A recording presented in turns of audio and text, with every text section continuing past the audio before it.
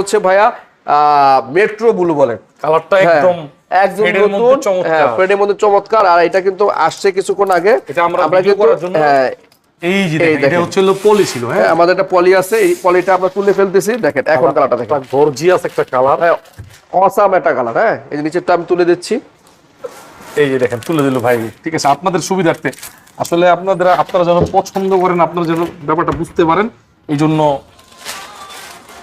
এটা কিন্তু খুবই সুন্দর। আমি এই যে কালারটা তোলার পরে দেখেন কালারটা, মানে এটা সামনাসামনি দেখলে বুঝবেন এত সুন্দর গর্জিয়াস কালার, খুবই কম মানে ফ্রিজে আমি দেখেছি।